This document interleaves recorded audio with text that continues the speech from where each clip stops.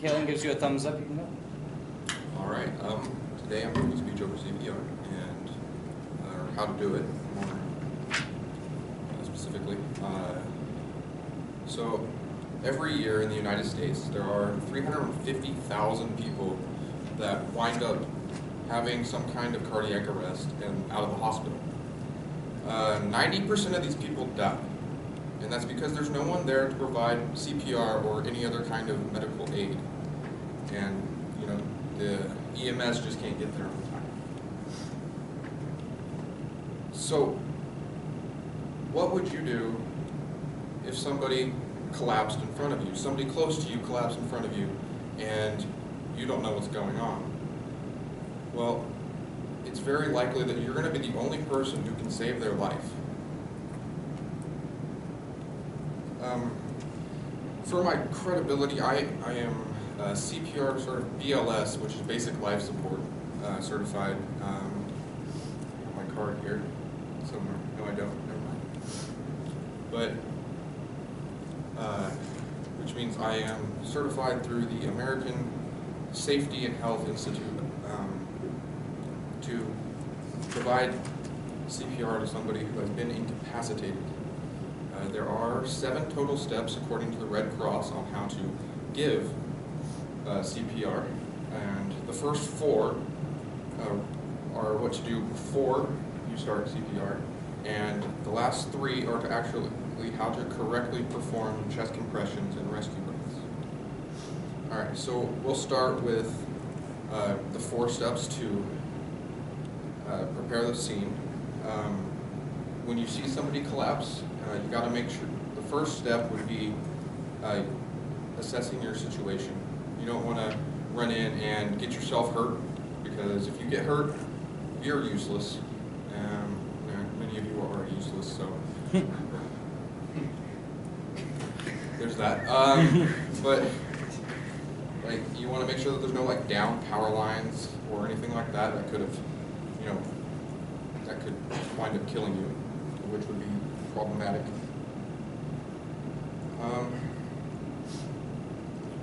So, like I said before, 4 steps, and so the second step would be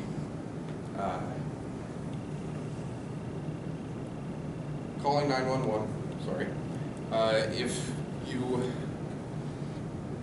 If there's a bystander nearby, you send them to go get 911, and an AED, which is an automated external defibrillator. But if you don't have a bystander or you don't have access to an AED, you just stay with the victim, call 911 yourself, and then continue to provide assistance. The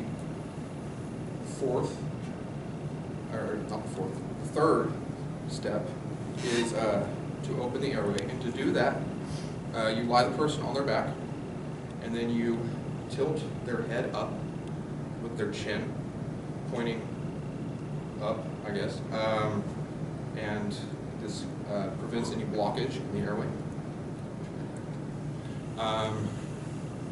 And that'll later, when we get to doing rescue breaths, that will aid you in that regard. The 4th is listening for breathing. This is a pretty important one. If the person's breathing, you don't provide CPR, because you could cause problems with the lungs. But if you don't hear breathing, and just so it's noted, breathing is not considered like a raspy or a gasping kind of sound, and so you would provide CPR to somebody who is gasping for air, because they aren't getting the oxygen that they need. All right, and so those are the 4 steps that you do for preparing the situation.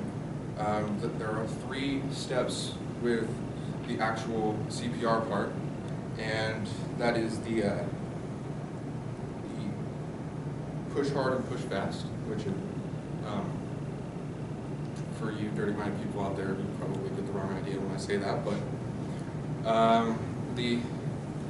your you're supposed to intertwine your hands, and I recommend doing your non-dominant on top of your dominant hand. And you want to keep your fingers extended, but not your non-dominant hand. You want to wrap that around, and then you want to put it in the center of the chest. And you want to give about 100 beats, or 100 compressions per minute. And each compression should be about 2 inches deep. And you should be able to hear like the cracking of the ribs popping out of the cartilage, which is disgusting, but you know, it's something that you have to do. Next is you can provide rescue breaths. Now, if you don't have a mask or some kind of like barrier protecting you, I wouldn't recommend putting your face on someone that you don't know. I'm not going to put my face on Mikey. I'm going to spare him that. But they have masks like this. Oh boy, not this terrible. Is that now? And yeah, you just put it on their face. To be fair, this is a new one and I haven't ever used it before, so just sit it on his face, and you want to put the tube inside of their mouth, so that way you don't want to do it this way because the filter on the end of it here is meant to catch particles coming from your mouth. Like if you don't brush your teeth, which is nasty, don't not brush your teeth. And then you got your gloves, and you know that's a pretty good idea, just in case you have to reach inside of their throat to remove blockage of any kind.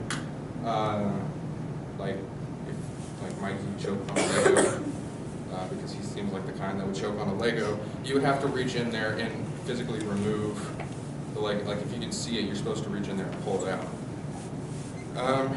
And then this is also for after perform CPR, which I'll get to that in just a second. But so you got your compressions and rescue breaths, and so you know you'll do your compressions, and then you'll give after each 100 compressions, you do 2 rescue breaths, and that is considered a set.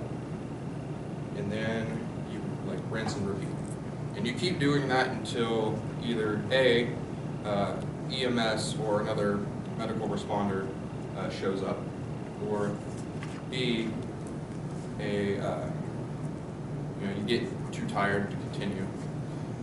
C, like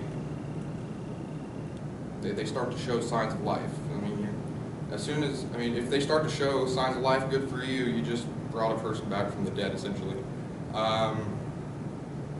which is great and stuff like that. But then, after you are finished giving CPR, you want to make sure to wash your hands, because you know you don't want to get people's nasty germs all over you. Because mine was pretty nasty. I wouldn't.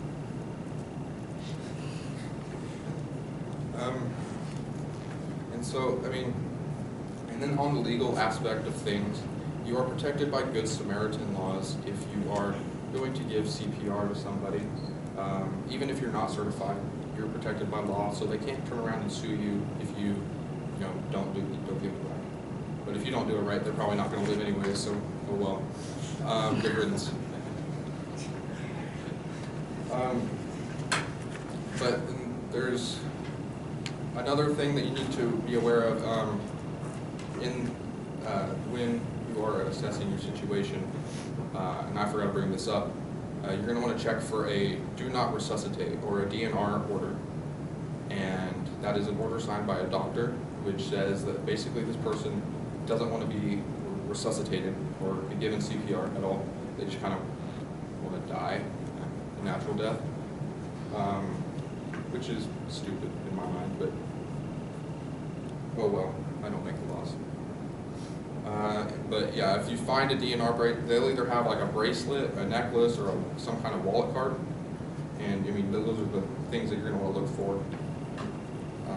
So that's basically how you provide CPR to somebody, and everybody's capable of doing it so long as you're a human being that has hands. If you don't have hands, you probably can't give CPR.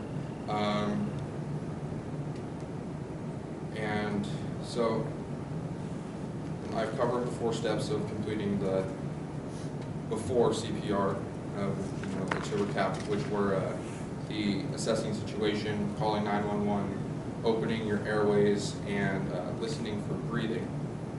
And then I've also told you the 3 steps to actually performing CPR correctly. And then, which were, the push hard and push fast, and rescue breaths, and repeat. And so that's basically all there is to it. And sometimes you might, when you give CPR, you might be out there for a while, which is something to keep in mind.